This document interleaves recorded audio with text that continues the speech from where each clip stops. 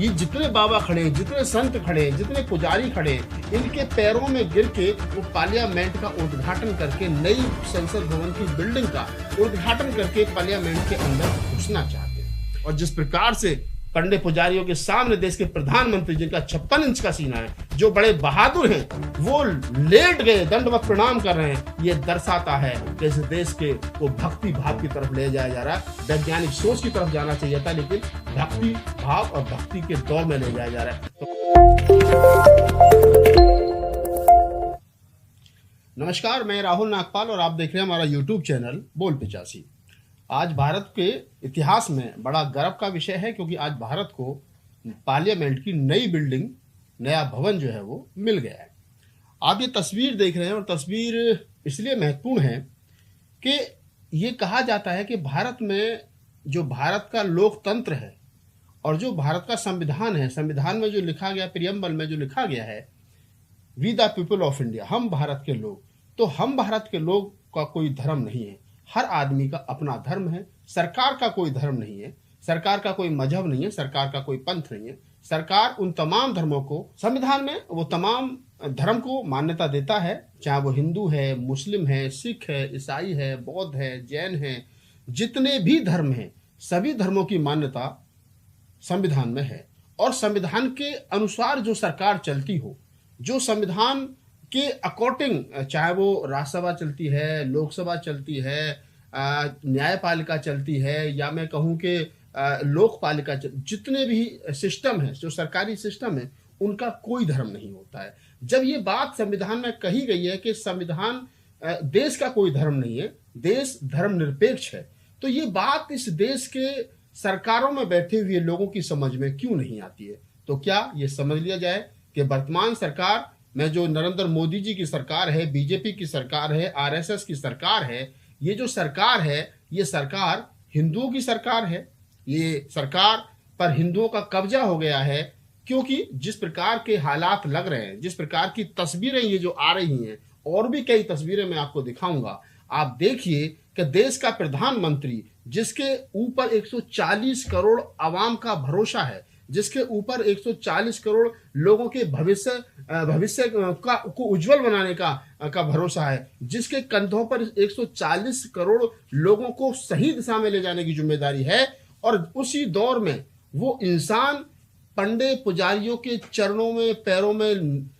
Late करके, आप देखिए किस प्रकार से प्रधानमंत्री नरेंद्र दामोदर दास मोदी जो है वो लेटे हुए हैं, वो लेट करके, दंडवत होकर के ये दिखाने की कोशिश करते हैं कि हम सनातनी हैं, हम हिंदू हैं, और हमारी मान्यता ये है कि देश का प्रधानमंत्री इन बाबाओं के पैरों में, ये जितने बाबा खड़े हैं, जितने संत खड़े हैं, जितने पुजारी खड़े हैं, इनके पैरों में गिर के वो पार्लियामेंट का उद्घाटन करके, नई संसद भवन की बिल्डिंग का उद्घाटन करके पार्लियामेंट के अंदर घुसना चाहते हैं। अब सवाल ये आता है कि जब देश का कोई धर्म नहीं है, लोकतंत्र में जो लोकतांत्रिक ढांचा है उसका कोई धर्म नहीं है, संविधान का कोई धर्म नहीं है,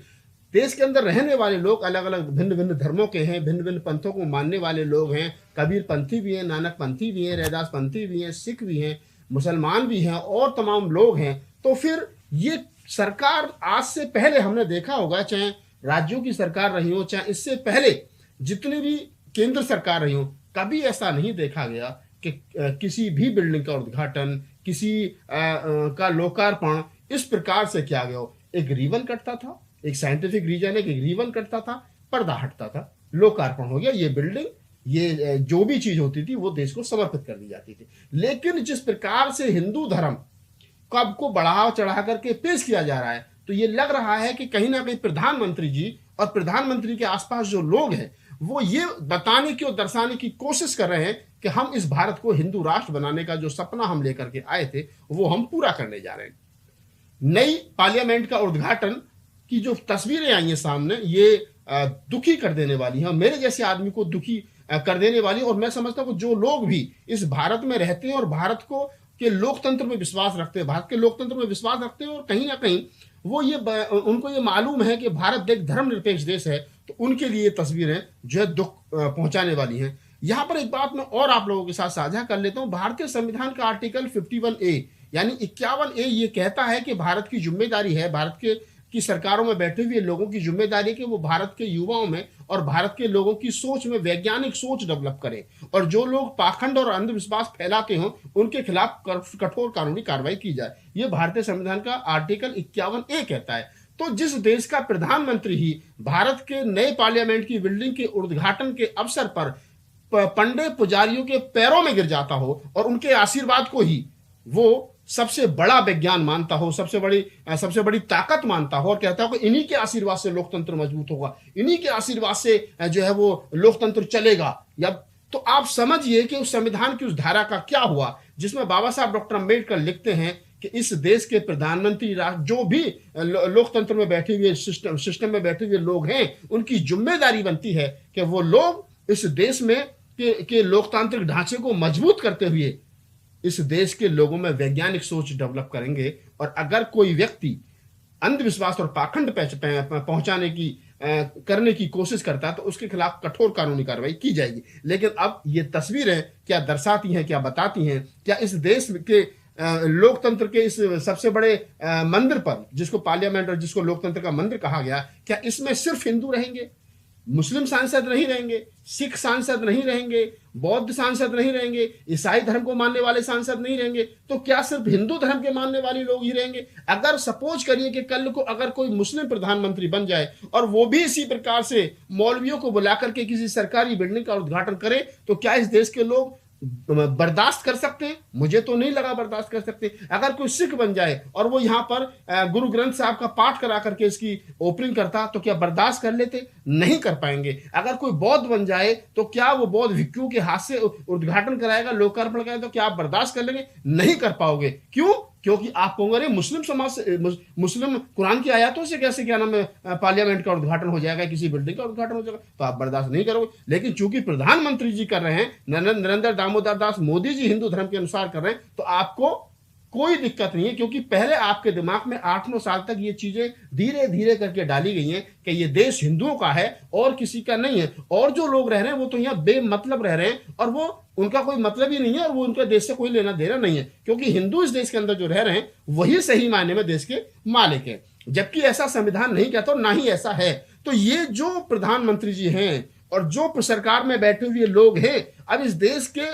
बुद्धिमान लोगों को, प्रबुद्ध लोगों को ये सोचने और समझने की जरूरत है कि क्या ये देश इन पंडे और पुजारियों के पैरों में लेट करके चलेगा, या ये देश संविधान ने जो हमें ताकतें दी हैं उन ताकतों के आधार पर चलेगा। तो मैं यही इस वीडियो को बनाकर के आप लोगों को बताना चाहता हूं कि इस देश पर कहीं ना कहीं ब्राह्मणों का कब्जा हो गया है। इस देश पर कहीं ना कहीं जो ब्राह्मणवादी शक्तियां हैं उनका कब्जा हो गया है, और जब उनका कब्जा हो गया है तो आप जैसे तमाम उन लोगों की जिम्मेदारी बनती है कि मुखर होकर के बोलिए और कहिए कि हम इस देश का ब्राह्मणीकरण नहीं होने देंगे। और अगर आप आज खामोश रहे तो याद रखना वो दिन दूर नहीं है कि जब आपके बच्चे बड़े होकर के आपसे कहेंगे कि जब इस देश का हिंदुईकरण हो रहा था, जब इस देश के हर क्षेत्र में धर्म को थोपा जा रहा था, विज्ञान को पीछे ढकेला जा रहा था, तब आप लोग क्या कर रहे थे? तो आपके पास कोई जवाब नहीं होगा। सोचिए आप जरा, जितने लोग इस वीडियो को देख रहे हैं, कि अगर आपके बच्चों को स्कूल की बजाय मंदिरों की तरफ सरकार कल को कहे कि नहीं, हर स्कूल के अंदर एक मंदिर होगा और मंदिर में जाना जरूर होगा और आपको पढ़ाई से पहले 1 घंटा मंदिर में पूजा करनी पड़ेगी, तो क्या आप अपने बच्चों के भविष्य को खराब करेंगे? आज जिस प्रकार से देश को अंधविश्वास में ढकेला जा रहा है, हमारे बच्चे एमटेक बीटेक करने के बाद में, छोटे छोटे बच्चे मासूम जो स्कूल जाने वाले हैं, पढ़ लिखने के बाद में अगर वो नौकरी मांगने सरकार के यहाँ जाते हैं तो सरकार लाठियां बरसाती है, सरकार पानी की बौछार करती है उनके ऊपर, और अगर वही लोग कावड़ लेने के लिए जाते हैं तो तमाम जो हिंदूवादी मुख्यमंत्री हैं वो उनके ऊपर फूलों की वर्षा करते हैं। तो आप समझिए आपके बच्चों के भविष्य को किधर ले जाया जा रहा है, और बच्चों का भविष्य तो खराब हो ही रहा है, साथ में इस देश का जो हिंदुईकरण हो रहा है, जो ब्राह्मणीकरण हो रहा है, हिंदुईकरण भी नहीं कह रहा मैं कह रहा हूं, ब्राह्मणीकरण हो रहा है, बाबाकरण हो रहा है, पंडे पुजारी का, तो ये जिस तरफ देश को धकेला जा रहा है ये चिंताजनक है। आप इस पर विचार करें, मुखर होकर के बोलें, और अगर आप आज भी नहीं बोलेंगे तो मैं तो अपनी जिम्मेदारी पूरी कर रहा हूं, आप कम से कम अपने आप से सवाल करिए कि इसी दिन के लिए हमारे वीर अब्दुल हमीद ने इसी दिन के लिए क्या नाम है अपनी छाती से बम बांध करके टैंक उड़ाए थे पाकिस्तान के, कि जिस देश की रक्षा के लिए मैं लड़ रहा हूं उस देश का के पार्लियामेंट का जो उद्घाटन है वो पंडे पुजारी करेंगे और तमाम देश के लोग जो वो बैठ करके तमाशा देखेंगे। हिंदू धर्म और सनातनी धर्म की दुहाई देने वालों, मैं किसी धर्म के खिलाफ नहीं हूं, लेकिन देश का कोई धर्म नहीं है और देश की किसी बिल्डिंग पर, किसी भी सरकारी संपत्ति पर किसी एक धर्म के मानने वालों का कब्जा नहीं है। जब नहीं है, देश का कोई धर्म नहीं है, संविधान का कोई धर्म नहीं है, तो ये किस आधार पर, किस तरीके से देश के प्रधानमंत्री जी और देश में जो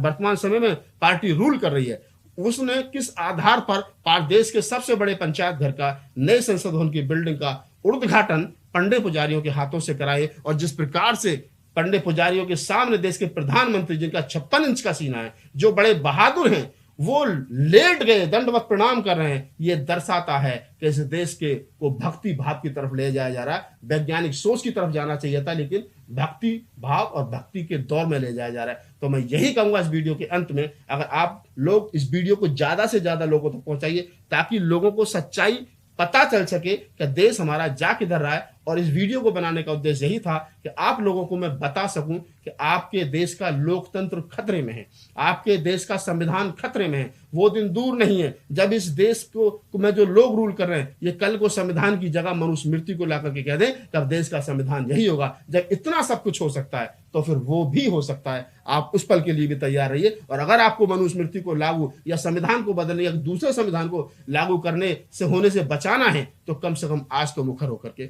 बोलना पड़ेगा। अगर आपको हमारा वीडियो अच्छा लगा तो इसको लाइक कीजिए, शेयर कीजिए, कमेंट्स कीजिए और ज्यादा से ज्यादा लोगों तक वीडियो को पहुंचाइए। और हमें दीजिए इजाजत, मैं फिर किसी अन्य वीडियो में इसी प्रकार की बातों के साथ आपके सामने हाजिर हूंगा। धन्यवाद, नमस्कार, जय भीम।